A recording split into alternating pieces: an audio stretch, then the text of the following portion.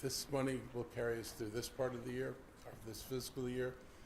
We expect to have to make appropriate adjustments to the budget for the next year. There's no point in funding this for 6 months and then going through this again and having to do a supplemental when we know we don't have the money to start with. So our budget will reflect the higher level of need that's been identified.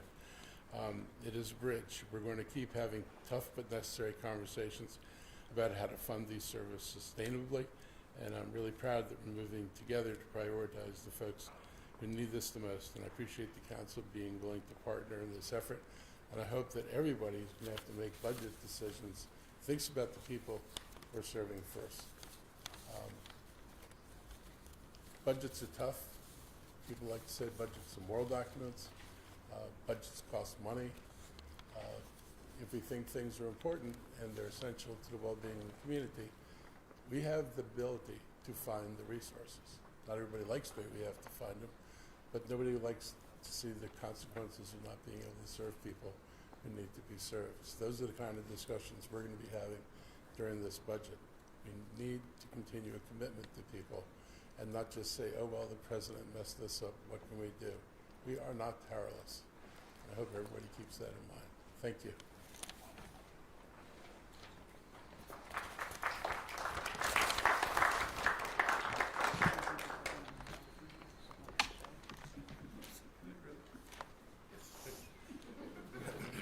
Thank you, County Executive Elrich.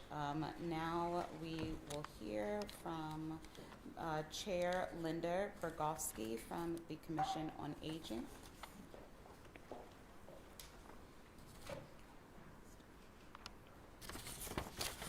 Good morning, my name is Linda Bergovsky, and I have the privilege of serving as the co-chair of the Montgomery County Commission on Aging. Thank you for the opportunity to speak today in support of this proposal for $1 million special appropriation to the FY26 operating budget as a response to unprecedented cuts in federal support. The Commission is grateful to Councilmember Sales, County Executive Elrich, along with Council President Vani Gonzalez, and Council Members Katz and Mink for their commitment to our county's, thank you, older and disabled residents. For those of you who are not familiar with us, the Commission on Aging was established by Montgomery County in 1974, pursuant to a requirement of the Federal Older Americans Act of 1965, that there be an advisory council to the Area Agency on Aging. In that role, the Commission serves as an advocate for the health, safety, and well-being of approximately 240,000 dynamic and diverse Montgomery County residents age 60 and over. Last October, when I testified before the Council Health and Human Services Committee regarding the Commission's operating budget priorities for FY27, I raised the looming specter of increasing food insecurity among older people. The Senior Nutrition Program, or SNP, is the vanguard in preventing malnutrition among older adults, but demand far outweighs budget. The program currently serves over 10,500 individuals receiving congregate and home-delivered meals. They offer nutrition, connection, and companionship. However, there are so many more people who are eligible and would benefit from this program. However, they can't because of inadequate funding. The proposed earmark for the Senior Nutrition Program will mean that many of our older neighbors will not have to choose between eating and other necessities. In my testimony, I also raised the FY26 shortfall anticipated for the county's home care and in-home assistance respite program. The program provides self-care services for disabled family, to frail adults with disabilities to help them remain in their own homes. The goal is to prevent or reduce the length of institutionalization and help relieve caregivers of some of their responsibilities for caring for their disabled members. The Commission supports respite in any setting, but particularly in people's homes, as a much-needed service that allows older and disabled residents to age in their communities. The proposed special appropriation would be essential to clearing the wait list and ensuring eligible residents can receive these critical services. I would be remiss if I didn't agree with the county executive that the commission's position is that FY27 operating budget must be fully funded. It would be so unfortunate to provide the special appropriation and not fully fund FY27. I will remind everyone here that older residents are the fastest growing demographic in our county. I urge the county executive and the county council to support robust levels of funding for services such as home care and respite, mental health, nutrition programs, expansion of villages, recreation, and transportation. Thank you again for the opportunity to speak.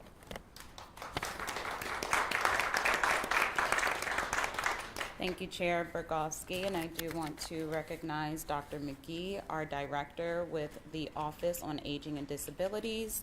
And now we will hear from Director James Bridgers of the Health and Human Services. Thank you, Councilmember Sells. I'm gonna move this up a little bit because I'm a little taller. But good morning, everyone. Thank you for joining us today. Pick this up out of my pocket here. These are unprecedented times. You know, the county executive has stated it, and you heard from our partners and Councilmember Sells.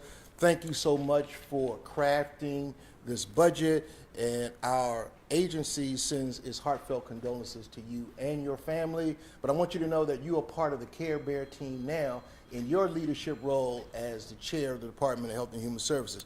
Mr. County Executive, thank you as well for always hearing our priorities that we present to you from our senior leadership team, our exceptional senior leadership team across the agency, and of course, Dr. McGee for advising me so that we can make sure these priorities are addressed across the lifespan.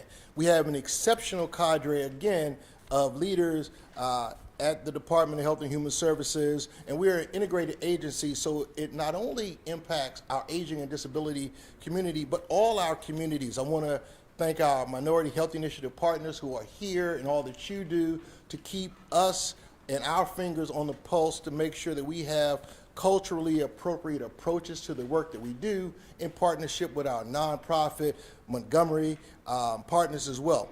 I won't restate the facts. I won't go over the numbers again. They are clear, but I want to leave you with a couple of points. The special appropriation is about protecting the continuity of care outside of the volatility of the funding that we see adversely coming from the feds. Dr. McGee has repeatedly said for over a year and a half since this administration took office that there is an immediate need to reauthorize the Older Americans Act. We see the trickle-down effect in all of the committee sessions that we've had with the county council. We're starting to see this. And as Dr. Davis indicated, we will see gaps in services. So this funding is appropriate, it's immediate, and it will help along our continuum of care. If we're serious about being an age-friendly community that's recognized internationally, then this is the type of work that we need to continue to do and the level of priorities that we will have. It's a high impact, but we focus and we pride ourselves on prevention-first investments. Respite meals, home health care, these are the things that folks need, as our previous speakers have said, to age in place with dignity. Thank you for the community for continuing to be a community of practice. Thank you for our council leadership and for our executive leadership and our Commission on Aging. We will get there together. I appreciate all the support. Thank you, Councilmember Sills.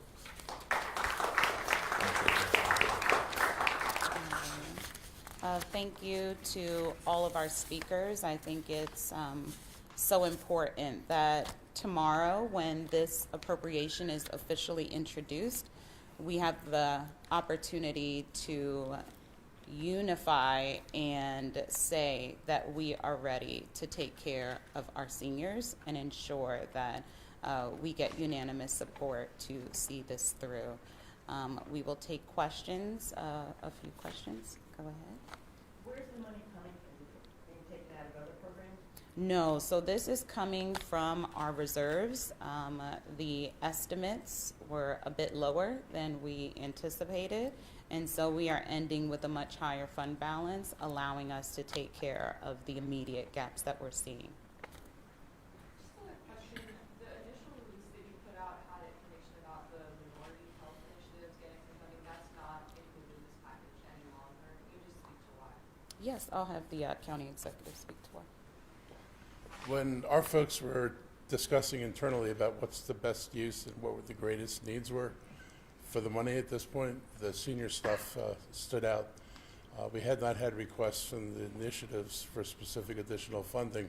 We did have very specific requests and needs that were established for the programs that we added. So we asked the council and asked the sponsor to prioritize what we knew were the highest priorities, or the biggest gaps that we were facing. Had we had more money, we would do more. But with what we're spending right now, these were probably the most important things to do. And I'm glad we could reach an agreement on that. Mr. County Executive, let me also add that, as we indicated before, these are unprecedented times. When Dr. McGee advised me that there are wait lists now for not only our senior nutritional program, but our home health care and our respite care. More importantly, we knew that we needed to make the shift to really address those priority and those needs that are immediately required now. We said before that the Older Americans Act wasn't reauthorized, and so this is where we need the support. Such, we made the shift. I'll also reiterate that during the tour, I had lunch with the seniors during their nutrition program, getting their lunches. The room looks like Montgomery County. This appropriation is going to meet the needs of our diverse and vulnerable residents. And so while it's not directly going to our minority health programs who still have, healthy fund balances, we are still very committed to ensuring they have what they need for the remainder of fiscal year 26 and leading up until 27, which is right around the corner. Yeah, you mentioned that, it's almost budget season Yes. for local lawmakers. How do they make an announcement like this today for this current fiscal year, how's that gonna guide your guys' thinking on maybe this and a whole other range of programs in the coming months? Well, Health and Human Services has always been a large part of the budget.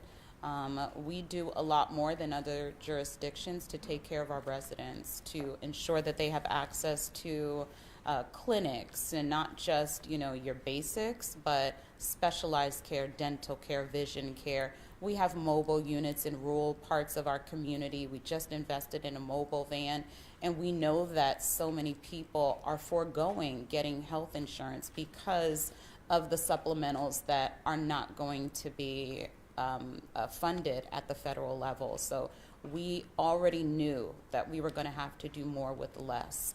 And so we're already trying to figure out where are the priorities, where are the immediate priorities, and how can we fill those gaps now as we look ahead to the future for how we're going to have to do even more with less. So budgeting's gonna be different from now on. It's going to be different and difficult.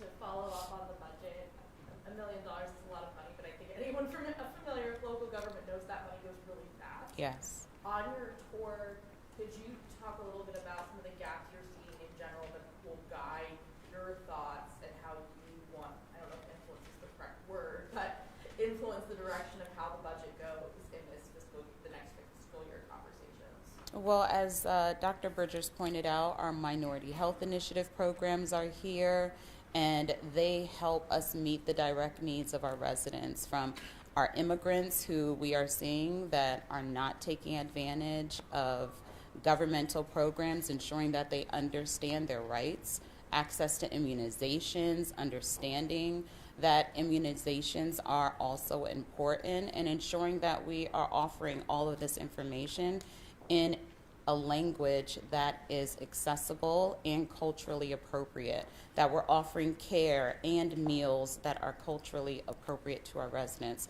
behavioral health care, ensuring that those needs are met, our crisis center, ensuring that the services to end and prevent homelessness are fully funded when we're seeing over a 30% increase in homelessness here in Montgomery County. So there's a myriad of issues that we're going to have to tackle on so many fronts. Our children, youth, and families, our refugee program. There's no shortage of issue that Montgomery County isn't covering, but it's going to be challenging. And so there's a lot of difficult decisions ahead, but we're united. And I'm glad that we have stakeholders on the ground, on the front lines, who will ensure that the money that's appropriated for fiscal year 27 is done in a compassionate and targeted way. Mark, can you just talk a little bit about, you mentioned federal funding cuts, can you talk a little bit about how each of these three programs were impacted by them, or if some were and some weren't? Yes, I don't know if Dr. McGee wants to. Good morning, everyone. Patrice McGee, Chief of Aging and Disability Services in the Department of Health and Human Services. So, as it's been stated, the Older Americans Act has not been reauthorized. Excuse me. The programs attached to the Older Americans Act is a supplemental senior nutrition program. Excuse me.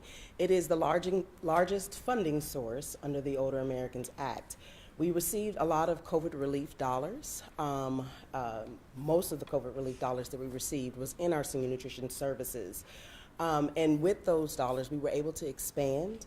We were able to offer more culturally appropriate meals. We were able to work with our vendor to improve the quality of the meals.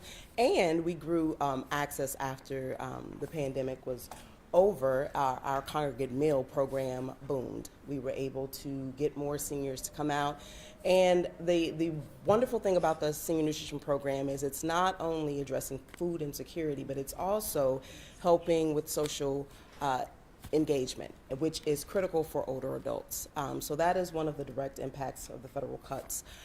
Then you also have your respite services. So respite services, again, it's been stated, is a service that enables caregivers to get that relief, that temporary relief. Anyone that has provided full-time care for a loved one or someone they know, it can be exhausting work, especially when they have complex needs.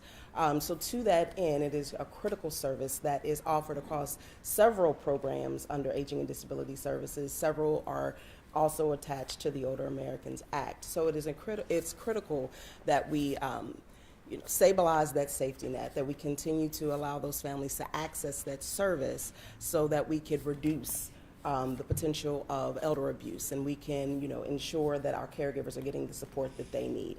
So those are a couple of the ways that the federal cuts have impacted some of the direct services. So I am going to give my shameless plug that everyone please call your legislators to get them to reauthorize the act. We have continuing resolution through the end of this month. So it is critical that we continue to raise that for the community's awareness that we have the Older Americans Act reauthorized. Thank you, Dr. McGee. Another question? My name is Franklin Marks. Last year, the county executive was kind enough to nominate me to be a member of the Montgomery County Victim Services Advisory Board. I've been serving on it since then, and the county council voted me in, so I thank you as well. You're one of the Thank people you. who did that. This isn't exactly a set of programs to help crime victims, but it's certainly laudable nonetheless. I'm going to ask you a couple of things. The services provided, health equity, senior nutrition, aging in place, you provide services to people, I gather. I'm not 100% clear on this.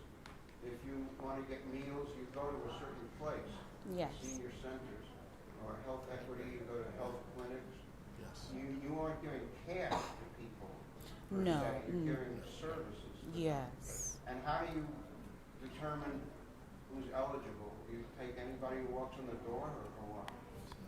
We got it. So yes, a lot of the programs under Aging and Disability Services, again, the intent is to help individuals age in place, be in the least restrictive, safest environment. And with that, Each program does have its own eligibility criteria, so individuals that are interested in finding out about services would need to call our Aging and Disability Resource Unit. That number is 240-777-3000. Again, that is 240-777-3000. And that is a team of specialists that will be able to listen to the caller and identify their need and take them through eligibility, get them connected to the program. So our Older American Act program defines a senior as age 60 and older. However, the Older Americans Act also covers persons with disabilities. So that's important to understand as well. So individuals would call that number and they would be able to identify what services they are are in need of and get them connected to those particular services going through those eligibility criteria. All right, and Yes. don't go away. okay? Yes. And respite care, can you define that a little bit more for the people who are caring for older relatives? What happens? They go to a senior center where they can just relax and take it easy? Or what is the assistance you're giving? Well, that is a great question. So respite care is temporary relief for the in-home unpaid caregiver. So again, it crosses about 10 programs in aging and disability services that support respite as one of the program offerings. And so we have a contract with the Arc of Montgomery, and they are the respite providers. They employ individuals and organizations that have the clinicians that will come out to an individual's home and provide that temporary relief. And they are trained and have the skill set needed because we have several, individuals that have complex needs that are served through that program. So it takes someone with a special skill set to be able to provide that temporary relief. We also, and also through the Arc of Montgomery, there are, services with adult medical daycare as well as some summer camp programs for children with disabilities. So there's layers to it as far as where you could get the respite, but it's home and community based. And is it 1 or 2 days a week or 4 or 5 days a week or what? Right, so it's it's based on availability of funding, right, and the hours allotted. So an individual can get up to 140 hours a week. A year, excuse me. I heard someone speaking in my background, so I apologize. So 140, up to 140 hours a year. But again, that's dependent on availability of funding.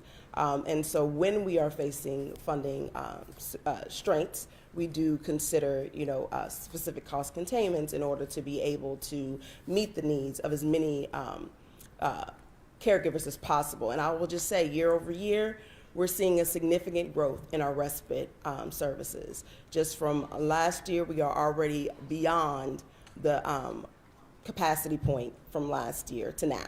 We are at almost 600 eligible families for our respite services, whereas this time last year we were around 515. So the numbers are escalating year over year. As the co-chair of the Commission on Aging stated, we have the largest growing demographic here in the county. Persons age 60 and older are growing at a rate of 28%, whereas in comparison to those under 60 and older are growing at a rate of 7.6%. And so we are going to continue that trajectory up until 2045. Okay, thank you. I just wanted to say that the department doesn't just wait for people to come to them and ask for services. The department is out in the community all the time, answering questions. You hear the 240-777-3000 number all the time. If you're in crisis, it's 4,000. But today, for example, up in Poolesville, the A&D will be out there, the Aging and Disability Resource Unit will be out in the community at Poolesville United Methodist Church for a caregiver resource fair. So anyone who's interested, please come up to Poolesville. It's open, it's free to anyone who is interested in learning more about the resources that are available to older residents and caregivers. Thank you. Thank you, Chair. And we'll take one more question.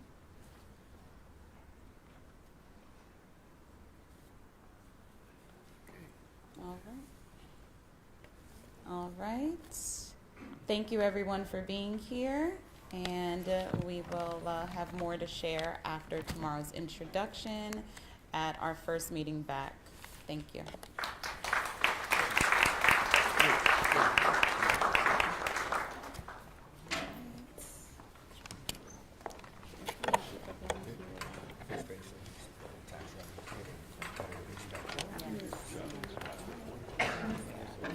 think it was like 70 million was the original estimate. Over 100 million.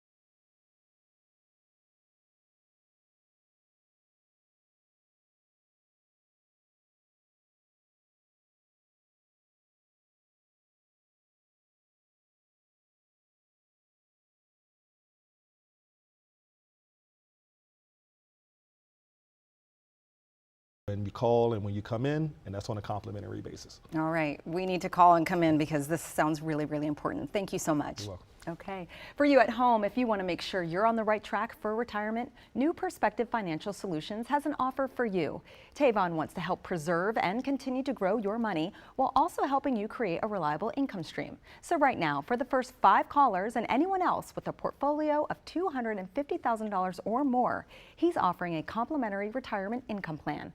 This will allow Tavon's team to sit down with you personally or schedule a call to make sure you're on the right track for retirement. The number to dial is 240-335-8366. Again, that's 240-335-8366.